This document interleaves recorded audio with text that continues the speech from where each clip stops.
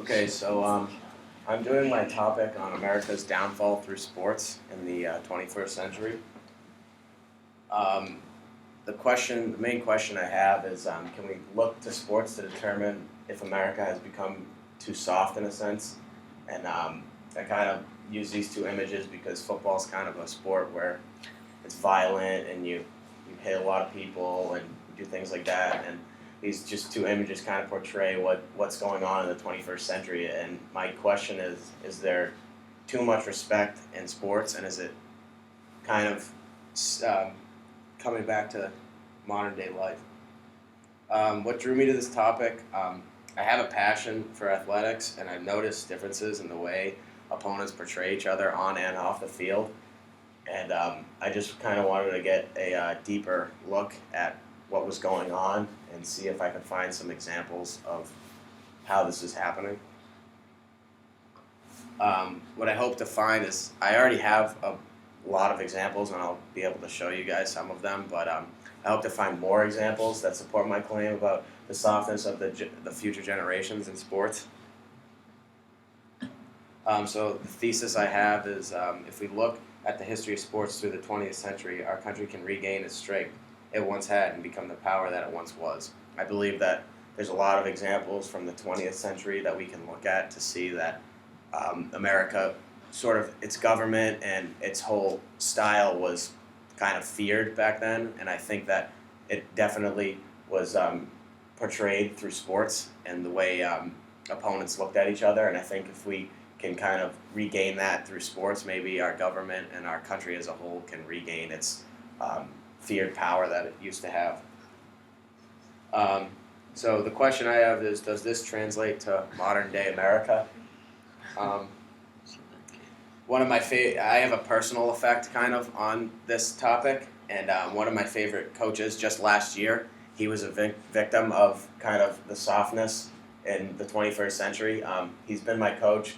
He was my coach since I was very, very young in the summer, and I have a pretty good bond with him, and I can say that he was one of my favorite coaches. And last year, he was at a tryout for his high school team. He's a high school coach at Lincoln Sudbury High School, which is not very far from here. And there was a player on his team who kept trying out. He tried out since he was a freshman. He was a junior last year.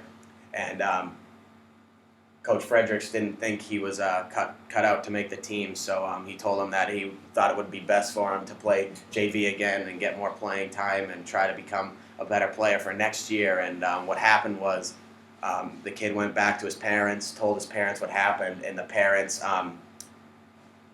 were threatened to sue Lincoln Sudbury High School if the kid didn't make the team, and they ended up having to lay off one of my favorite coaches. And a lot of kids here have actually played for him, and they've come to love Coach Fredericks, and now he doesn't have a job because of his personal decision to cut a player that he didn't think deserved to be on the team. And so this is another reason it sort of drew me to this subject, because I have a personal effect to it, and it really bothered me when I heard about that, because, I mean, that's just the way sports are. If you're not good enough, you don't deserve to play, and I think that really was the turning point for me, why I wanted to do this topic, because Coach Fredericks has a lot of respect in my eyes, and I just think it was wrong.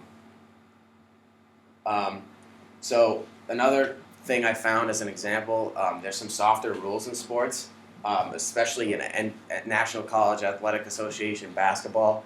They've changed the rules a lot throughout the past 3 or 4 years. They've changed foul rules and things like that, and it's becoming, I mean, this is a video clip from 1988. Christian Laettner was a basketball player at the University of Duke, and it was safe to say that he was hated throughout all of the NCAA. He was known for his cheap plays throughout the game. He would do a lot of things throughout the game that would really tick off the opponent, and this is just an example of one thing Christian Laettner did.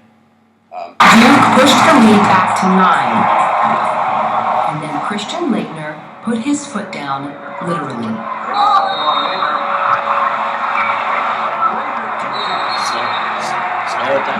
That kid Timberlake had pushed me down earlier in the game, maybe 1 or 2 minutes before, so I just made a mental note to try to get him back and be physical with him.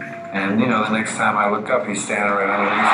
Step right in his chest. I don't know if he did it on purpose or not. Yeah, he did. It was a dumb thing to do, but sometimes the emotion of the game, it gets into your head too far, and I got a technical, and then that was it. So you notice how he kind of just said, I got a technical, and that was it. He wasn't really worried about... It might be in your next screen. it must have There you go. quit out. You're there. So, yeah, that was one example, and then that was an example from 1988. So that's how they used to play back in the 20th century, and now this is 2016. This was a few weeks ago. I was watching a game, and I was searching a while, and I finally got a clip. So there's a thing in basketball called a charge, and a charge is when an offensive player runs into a defensive player with his feet set. So the defensive player has to have his feet completely set for this to be called a charge, and I have it right here. So if you watch right here, this player right here, you're gonna see that he is the one that gets the charge for his team, but if you look closely, his feet aren't set, and you're gonna hear Jay Billis, who is a well-renowned college basketball analyst, played at Duke and played in the NBA, and you're gonna hear his reaction to the call. See, DeMarco Grant played a lot of games. If he's played a better one, I missed it. Because he's been terrific on the road in this one. 25 points. Offensive foul on the call. Maybe it's just that little bump at the end. I'm surprised by that call. That I don't get that one. Now, if you want to call a walk, maybe, but yeah, that's crazy. And defender came right into it. That's not, are you kidding me? The defender could ever establish legal right, came right into it. Buddy Hield was pointing at another official. So that's just another example. I mean, I was watching that game a few weeks ago, and I couldn't believe they made that call. So that's kind of what's turning into sports today, and sort of what's going on in college basketball, more specifically. But my question is, can we learn from the 20th century in sports to regain our edge? There's a lot of examples of that. That's a picture right there of Pete Rose in the All-Star game, which the All-Star game is played, and you're supposed to kind of take it easy and not play as hard as you normally would in a real game. And there's an example. Pete Rose was coming in at home plate, and he elbowed Bruce Bochy, who is currently the manager of the San Francisco Giants. He elbowed him right in the face. He broke his nose, broke his cheek, and it was for the All-Star game. So I just think there was sort of an edge that they had back then that we can kind of look to. Like I said, America was feared back then. There was sort of they had an edge that we don't have today, I believe. And can we look to sports to help defy America's image again? That's my whole question, and that's what I hope to find out. So, thank you.